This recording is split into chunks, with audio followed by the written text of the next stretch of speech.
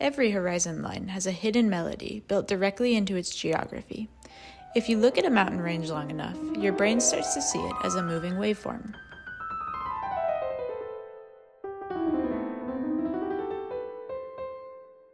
A few years ago, I had a pretty unique job. I was working as a drummer on cruise ships, which gave me the privilege to travel to some pretty cool places, including the fjords of Greenland. And while standing out there on the deck looking at these exact peaks, I couldn't shake the obsession that I wanted to know what these mountains would sound like. And so I brought that spatial data back to my studio.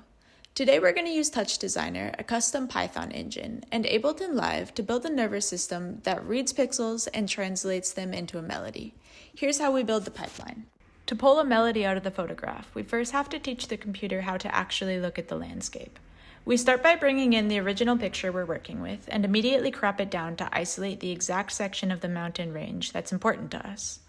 From there, we strip away all of the color details, the sky, the ocean, the water, until we're left with nothing but a clean, razor-sharp white outline tracing the peak of the ridge against the pure black background.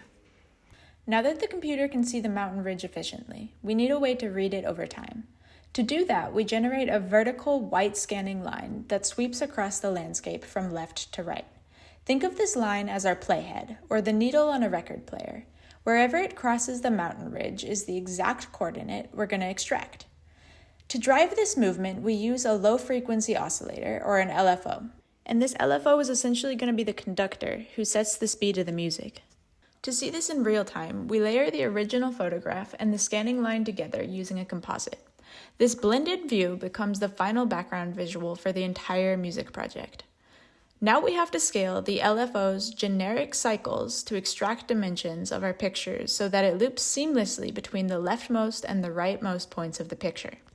Which brings us to a massive milestone, the exact moment we translate all of this info into a single height number.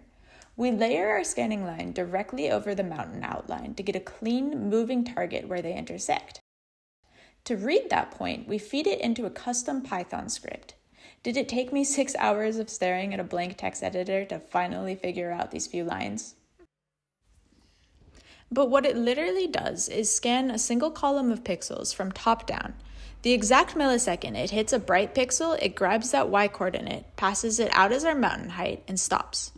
We finally have our data stream, but right on cue, our main antagonist enters the room, the FPS. Running this script 60 times a second chokes the computer, sending our FPS plummeting. To save the project from a grinding halt, I added a new crop window that follows the exact same rhythm as our playhead.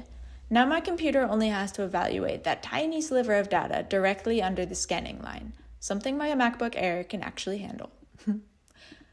With our data stream finally safe and optimized, we can finally turn these numbers into real music. First, we have to scale down this ridiculously high height value into a range that actual MIDI notes live in. To send that data over to our DAW, we use TD Ableton as a direct handshake between the two programs.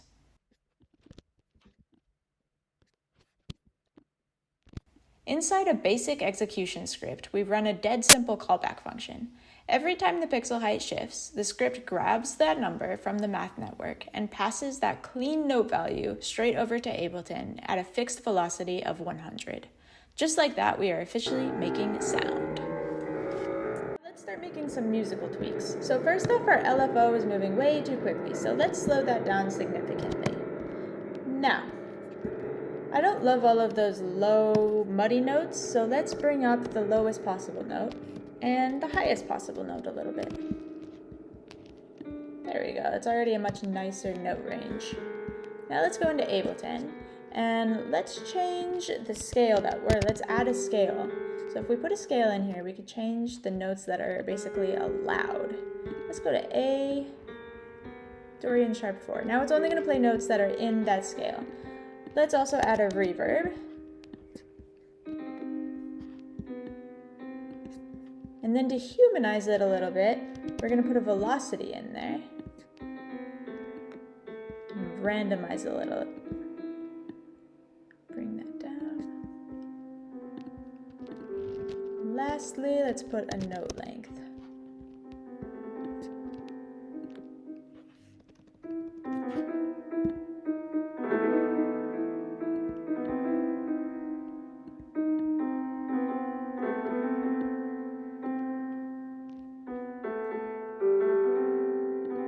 now we have something that resembles music.